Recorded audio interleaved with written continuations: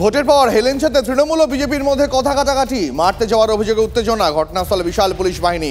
বাগদার হেলেঞ্চা high স্কুলের 135 নম্বর বুথের প্রাক্তন পঞ্চায়েত সদস্য সর্বাণী সমাদ্দারের বিরুদ্ধে তৃণমূলের পঞ্চায়েত সদস্যের স্বামীকে গালাগালি করার অভিযোগ। যদিও সব অভিযোগ অস্বীকার বিজেপির প্রাক্তন পঞ্চায়েত সদস্য তথা বর্তমান বনগাঁর জেলা বিজেপি মহিলা মোর্চার নেত্রীর। তার পাল্টা অভিযোগ, তৃণমূল পঞ্চায়েত সদস্যের স্বামী বিভাস বিশ্বাস তাকে উদ্দেশ্য করেই গালাগালি করেন। এই ঘটনা নিয়ে হেলেঞ্চা উচ্চ বিদ্যালয়ের সামনে দুপক্ষ ঝামেলায় জড়িয়ে পড়ে। খবর পেয়ে ঘটনাস্থলে পৌঁছয় বিশাল পুলিশ বাহিনী।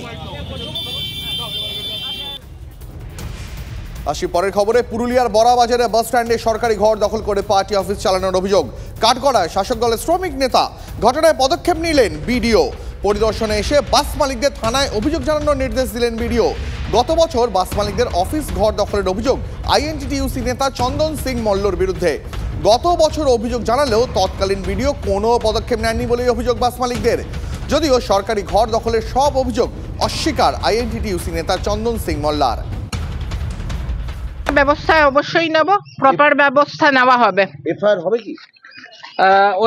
যারা আছে ওনারা দিলেই এফআই, যে বাস মালিক ওনারা যদি ফর্মাল রিটার্ন কমপ্লেন দিয়ে দেন তাহলে অবশ্যই নেব। আমরা রুম রেন্ট পে করেছি এবং লাস্ট ইয়ার এটা আমাদের কাছ থেকে নিয়ে লাস্ট ইয়ার পার্টি অফিসার হিসাবে বা শ্রমিক সংগঠনের হিসাবে যেটা বলবে। কে কে কারা? ওই যে যারা মানে এখানে সংগঠনের সভাপতি, কি নাম? চন্দন সিং মল্ল। এটা সরকারি অ্যাকচুয়ালি সরকারি সম্পত্তি, কিন্তু এখানে সমস্ত ওয়ার্কার্সরা সিপিএম এর আমলও সিটু এখানে অফিস ছিল এবং সেই হিসাবে আমাদের যারা আছে তারা এই অফিসটা করেছে। ঠিক আছে, সেই ব্যাপারে যদি সেরকম কোনো অসুবিধা থাকে সেটা আমি দেখবো যে ব্যাপারটা কি ঘটে। স্কুল চলাকালীন ক্লাসরুমের মেঝেতে হঠাৎই ধস, ক্লাসরুমের একাংশে ধস নামায় বেঞ্চ সমেত গর্তে ঢুকে যায় 4 জন পড়ুয়া, আহত 2 পড়ুয়া। নয়াগ্রাম থানার নিচু পাতিনা প্রাথমিক বিদ্যালয়ের ঘটনা। প্রাথমিক চিকিৎসার পর বাড়ি পৌঁছে দেওয়া হয়েছে ছাত্রদের।